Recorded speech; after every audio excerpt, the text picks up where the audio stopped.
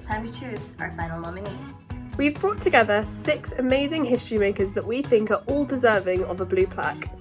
But as much as we'd like to commemorate everybody, We can only nominate one.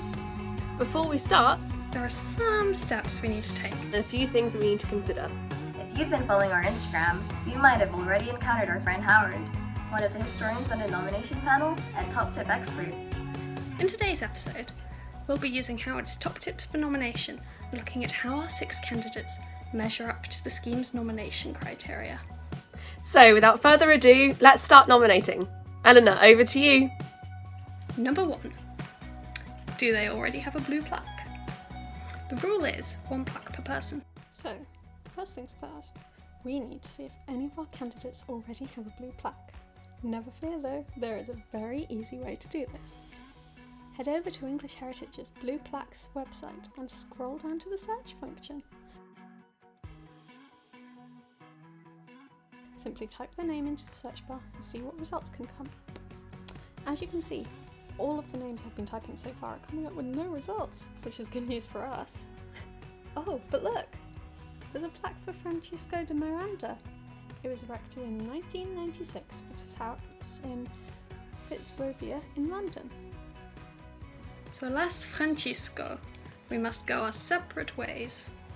It is also important to remember that some people may be already in the running for a plaque, even if it isn't physically on a building yet.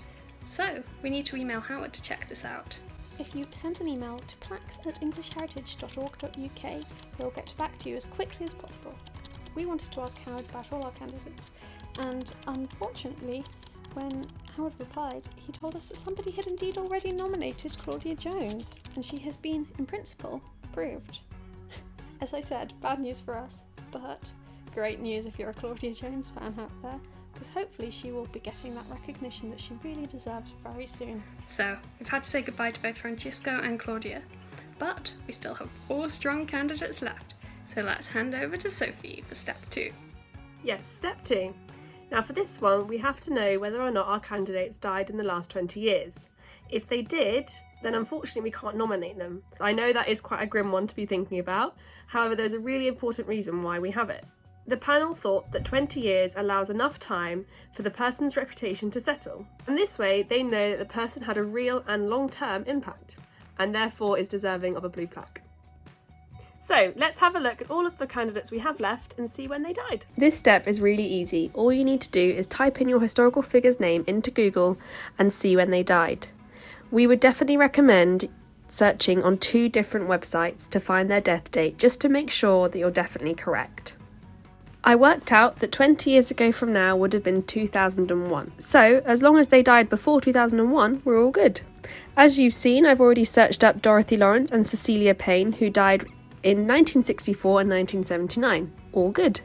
I also individually searched for Catherine Booth and William Booth to make sure that they both died before 2001. Catherine died in 1890 and William died in 1912. Finally, I looked up Nicholas Winton. However, he only passed away in 2015, so unfortunately that means that we won't be able to nominate him because he died too recently. Although it's a shame that we can't nominate Nicholas Winton for a blue plaque, we've still got 3 amazing history makers to go. Let's go over to Xenia to see what criteria we need to look at next. Next for step 3, did they live in London? The English Heritage Plaque Scheme is an official London scheme that used to be run by the Greater London Council. So, if they've never lived in London, we can't give them a blue plaque. Step 3 is literally as easy as typing in your nominee's name into Google and following it up with London. Sometimes the results page tells you everything you need to know, but if you want it to be doubly sure, check out those websites. Click that link. Don't be shy. If being doubly sure doesn't do it for you and you want to be even more sure than double, maybe even triple, check out layersoflondon.org. That's my secret weapon. Through my searches, I wasn't able to definitely confirm whether or not the Booths lived in London, as some websites remained unclear or ambiguous. So, we're going to have to go with Dorothy and Cecilia instead. So, are you ready for step 4? So step 4 is probably the trickiest part of the process. Don't worry, it's not too hard, but it does take a little bit of time. Now, you've probably already established that your person lived in London at some point in their life, but step 4 involves actually finding out if there's a definite address they lived at. Now, for this, I've got my laptop at the ready, I've got a cup of tea, and we're going to go through our final 2 nominations and see if we can find an actual address so that we can nominate them. The criteria states that the building has to remain in a form that your nominee would have recognised if they were to see it today. It also has to still be viewable to the public. Otherwise, they're not going to be able to see the blue plaque, are they? So I'm going to start with Dorothy Lawrence and see if I can find an address for her. Now, several websites have mentioned that she lived in London, which is great, that's a good start. Not many websites seem to actually mention a specific address for Dorothy Lawrence. However, I did find one article from Wiltshire at War where a lady called Lizzie Carrera talks about remembering and honouring Dorothy Lawrence. In this memoir, she mentions an address, 68 Marquis Road, London in Islington. This matches the Wikipedia page that references her living in Islington in London. So next step is to go onto Google Maps and go onto Street View and see if I can find this house.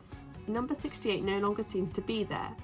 This could have been for many reasons, however after a bit of digging online it seems that the buildings that used to be there were torn down after the war and these new bigger ones were built in their place. Unfortunately, this means that we won't be able to nominate Dorothy Lawrence for a blue plaque. Now though, I'll move on to Cecilia to see if we can find an address for her.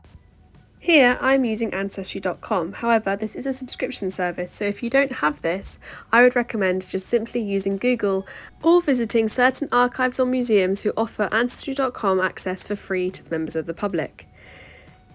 To fill in the form, I simply type in Cecilia's name and any details that I've picked up through my research, including the year she was born, the year she died, places she's lived, and her husband's name.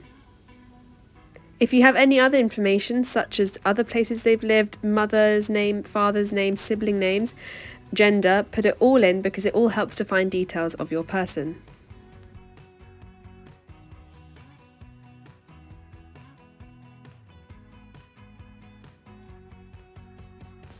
Through my research, I came up with 2 addresses. The first one was 28 Horbury Crescent in London, W11, and the second one was 70 Lansdowne Road in Notting Hill. So, as we did before with Dorothy, the next step was to go to Google Maps and try and find these addresses on Street View. As you can see, both of these properties seem to be in their original state and perfectly visible to the public eye. So I think this means that Cecilia is able to be nominated, which is really exciting, because that means that we have whittled it down from 6 down to 1, and we have our final nominee. And then there was only one. So, I guess we've got a winner, guys. Before you actually nominate though, hold on. We would recommend doing a little bit of research on your candidate first. Tune in next week when we investigate the wonderful world of Cecilia, showing you that research really can be fun sometimes. Honestly, we promise.